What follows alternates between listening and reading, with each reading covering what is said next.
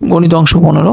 বার্ষিক 4% হার সুদে 550 টাকা এবং বার্ষিক 8% হার সুদে 700 টাকা বিনিয়োগ করলে মোট মূলধনের উপর গড়ে শতকরা বার্ষিক কত সুদ পাওয়া যাবে। তো এখানে দুইটা অংশ, এখানে হচ্ছে 4% সুদে 550 টাকা এবং 8% সুদে 700 টাকা বিনিয়োগ করা হয়ে গেছে। তো 550 টাকার জন্য কত সুদ পাচ্ছি সেটা আমরা একটু লক্ষ্য করি। 550 টাকার 4% হারে সুদ হচ্ছে 550 গুণ 4% টাকা। এই 4% থেকে আমরা লিখতে পারি 4/100। তাহলে আমরা এটাকে ক্যালকুলেশন করলে পরে পাচ্ছি হচ্ছে 22 টাকা। এবং 700 টাকার 8% হার সুদ 700 গুণ 8%, 8% থেকে আমরা লিখতে পারি 8/100। তো আমরা যদি 100 দিয়ে 7কে ভাগ দিই, 100 দিয়ে 700কে ভাগ দিই, তাহলে 7 এবং 8 গুণ করলে 56 টাকা। অর্থাৎ 700 টাকার জন্য যে 8% হার সুদে তার জন্য সুদ হচ্ছে 56 টাকা, এবং 500 টাকার জন্য 4% হারে যে সুদ সেটা হচ্ছে 22 টাকা। তাহলে টোটাল সুদ কত? 22 প্লাস 56। এক্ষেত্রে আমরা লিখতে পারি মোট মূলধন অর্থাৎ আসল 550 যোগ হচ্ছে 700, যোগ করলে হচ্ছে 1250। মোট সুদ 22 যোগ হচ্ছে 56, তাহলে হচ্ছে 78 টাকা। তাহলে সুদের হার হচ্ছে সমান মোট আসল হচ্ছে 1250, এর মধ্যে সুদ হচ্ছে 78 টাকা, এবং যেহেতু শতকরা বের করতে হবে সেক্ষেত্রে আমাদের 100% দিয়ে গুণ করতে হবে। তাহলে এটা ক্যালকুলেশন করলে পরে সুদের হার হচ্ছে 6.24%, অর্থাৎ উত্তর হচ্ছে 6.24%। 5টি লিচু যে দরে ক্রয় করা হয় 4টি লিচু সেই দরে বিক্রয় করলে শতকরা কত লাভ বা ক্ষতি হবে। 5টি লিচু যে দরে ক্রয় হয় 4টি লিচু একই টাকা দিয়ে বিক্রি করে, এক্ষেত্রে আমরা দেখতে পাচ্ছি যে হচ্ছে লাভ হবে। সেক্ষেত্রে আমরা ধরে নেব 5টি লিচুর ক্রয় মূল্য 20 টাকা এবং 4টি লিচুর বিক্রয় মূল্য 20 টাকা। তাহলে আমরা যদি একটি লিচুর ক্রয় মূল্যটা বের করে নেই, তাহলে 20কে যদি আমরা 5 দিয়ে ভাগ দিই তাহলে একটি লিচুর ক্রয় মূল্য পাবো, এবং তাকে যদি 4 দিয়ে গুণ করি তাহলে সেক্ষেত্রে 4টি লিচুর ক্রয় মূল্য পাচ্ছি 16 টাকা। তাহলে বিক্রয় মূল্য কত? বিক্রয় মূল্য 20 টাকা, ক্রয় মূল্য 16 টাকা। তাহলে লাভ হচ্ছে 20 মাইনাস 16 সমান হচ্ছে 4 টাকা। এবং এক্ষেত্রে শতকরা লাভ কত হবে? যেহেতু ক্রয় মূল্য 16 টাকার জন্য লাভ হয়েছে, অর্থাৎ ক্রয় মূল্যের জন্য লাভ হয়, সেক্ষেত্রে লাভ বাই হচ্ছে ক্রয় মূল্য গুণ 100%। তাহলে আমরা যদি এখানে ক্যালকুলেশন করি তাহলে অ্যান্সার পাচ্ছি হচ্ছে 25%। কোনো সংখ্যার 1/3 সাথে 1/4 যোগ করলে যোগফল 35 হবে। তো এক্ষেত্রে আমরা ধরে নেব সংখ্যাটি x, যেহেতু একটি সংখ্যা আছে সেই সংখ্যাটির 1/3 অর্থাৎ x/3 এবং x/4, অর্থাৎ এটাকে যোগ করলে এই দুইটাকে যোগ করলে যোগফল হবে 35।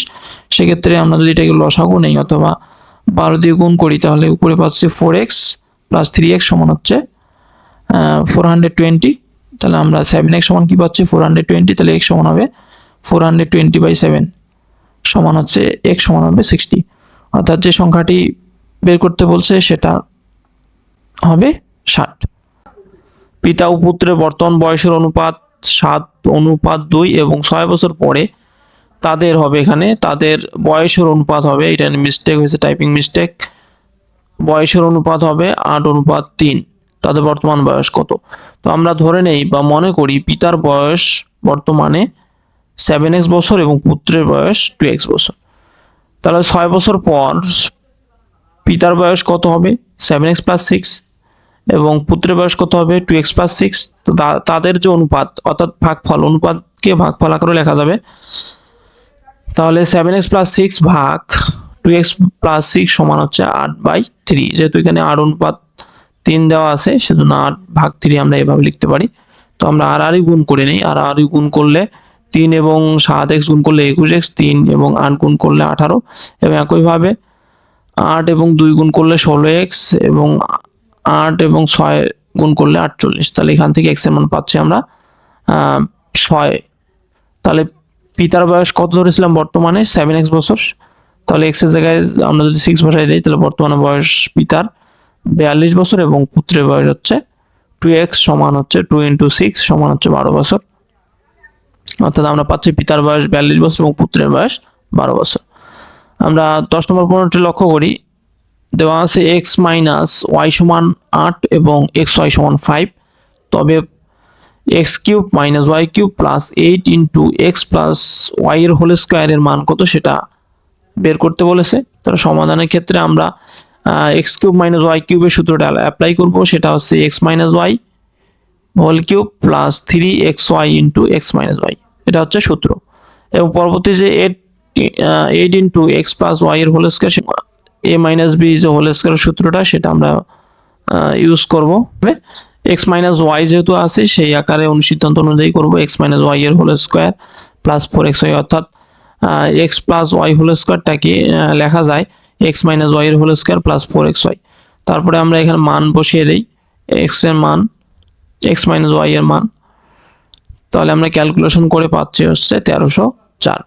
11 নম্বর প্রশ্ন দেওয়া আছে 11 নম্বর প্রশ্নে দেওয়া আছে এক ব্যক্তি স্রোতের অনুকূলে দাঁড়াবে 3.5 ঘন্টায় কোনো স্থানে পৌঁছালো এবং স্রোতের প্রতিকূলে 7 পূর্ণ, এটা 7 পূর্ণ হবে, 7 পূর্ণ 3/4 ঘন্টায় ফিরে এলো।